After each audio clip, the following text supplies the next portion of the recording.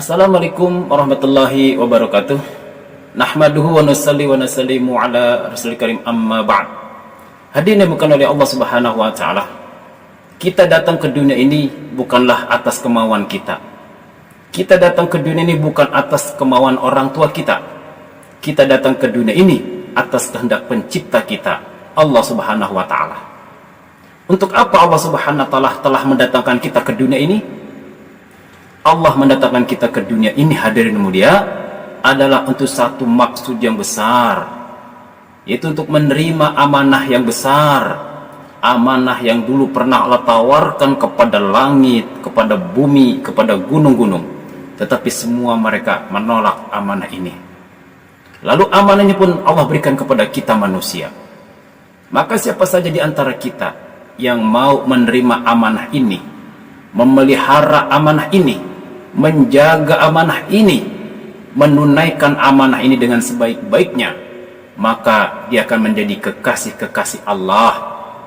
Di dunia ini Allah akan datangkan kepadanya keberkahan dari segala penjuru, dari segala arah. Dan nanti kalau dia mati, maka dia mati dalam keadaan husnul khatimah. Kemudian kuburnya akan menjadi taman daripada taman-taman surga, hadirin mulia. Kemudian nanti ketika dibangkitkan di padang mahsyar, dia akan menempati tempat-tempat yang penuh dengan kemuliaan. Kemudian dia akan, ketika ada pengumuman, diumumkan bahwa dia adalah orang yang sukses dalam ujian.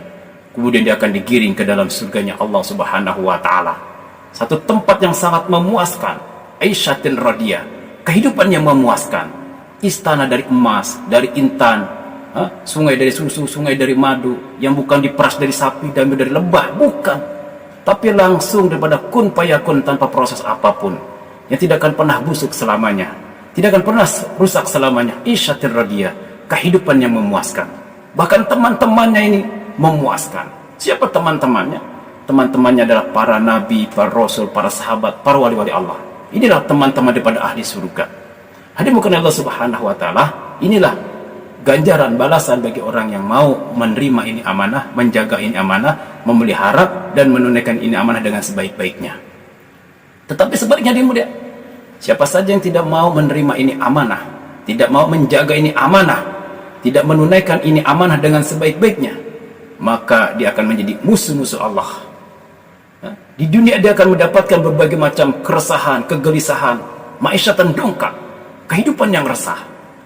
Kemudian nanti kalau dia mati, hadirin mulia, maka matinya dalam keadaan su'ul khatimah. Masya Allah. Kemudian nanti kuburnya akan menjadi lubang daripada lubang-lubang neraka. Kemudian nanti ketika ada pengumuman, maka diumumkan dia ini menjadi orang yang gagal dalam ujian, dan dia akan digiring ke dalam nerakanya Allah Subhanahu wa taala. Di padang mahsyar dia akan berdiri selama 50.000 tahun dengan penuh kesusahan, ketakutan, Masya Allah. Kemudian dia akan digiring ke dalam neraka selama-lamanya. Hadirin Allah Subhanahu wa ta'ala, inilah akhir cerita kehidupan seorang anak manusia. Jadi manusia ini tidak akan pernah berakhir cerita kehidupannya sebelum sebagian masuk surga, sebagian lagi masuk ke dalam neraka. Farikun fil jannah wa farikun fis sa'ir. Hadirin bukan oleh Allah Subhanahu wa ta'ala, di dunia ini manusia bermacam-macam suku, bermacam-macam bangsa, bermacam-macam keadaan, bermacam-macam jabatan. Tetapi nanti pada akhirnya manusia hanya akan menjadi dua saja, menjadi ahli surga atau menjadi ahli neraka. Tidak ada golongan yang ketiga, hanya di dua golongan, golongan ahli surga atau golongan ahli neraka.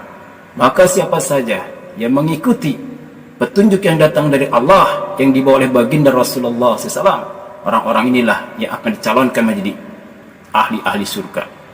Dan siapa saja yang tidak mau mengikuti petunjuk yang datang dari Allah, yang dibawa oleh baginda Rasulullah SAW, orang-orang inilah yang akan dicalonkan menjadi penghuni-penghuni neraka. Ini adalah keputusan Allah, ini adalah ketetapan Allah yang tidak bisa dirubah. Sebagaimana Allah mendatangkan kita ke dunia ini, apakah kita bisa merubah? Kita bisa menolak? Nggak bisa. Begitu juga nanti ketika Allah menghendaki kita masuk ke dalam kubur kita, juga kita tidak bisa menolak, hadirin mulia.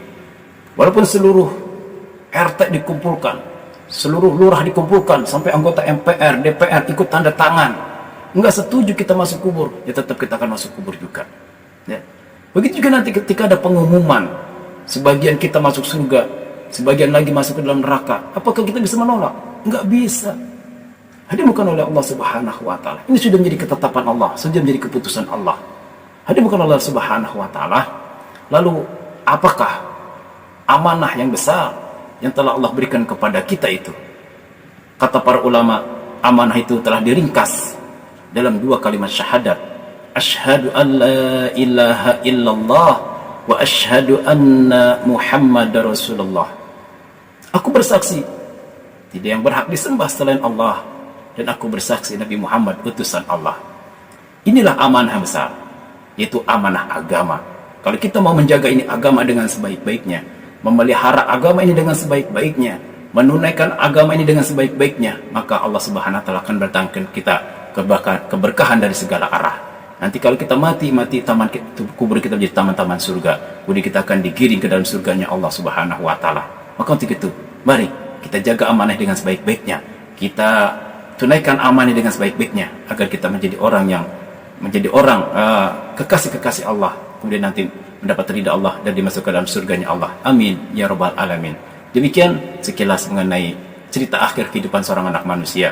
Semoga kita termasuk di akhir cerita kita termasuk orang-orang yang sukses, ya, sukses dalam arti kita dimasukkan ke dalam surganya Allah Subhanahu wa Ta'ala.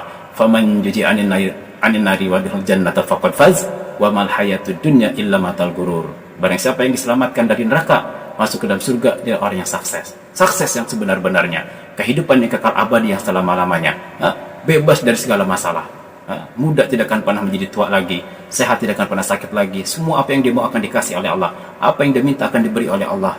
Walakum fiha ma tastai anfusukum walakum fiha ma tad'un. Demikian kita tutup dengan doa kifaratul majlis. Subhanallah bihamdihi, subhanakallahumma wa bihamdika, asyhadu an la ilaha illa anta, astaghfiruka wa atubu ilaik. Assalamualaikum warahmatullahi wabarakatuh.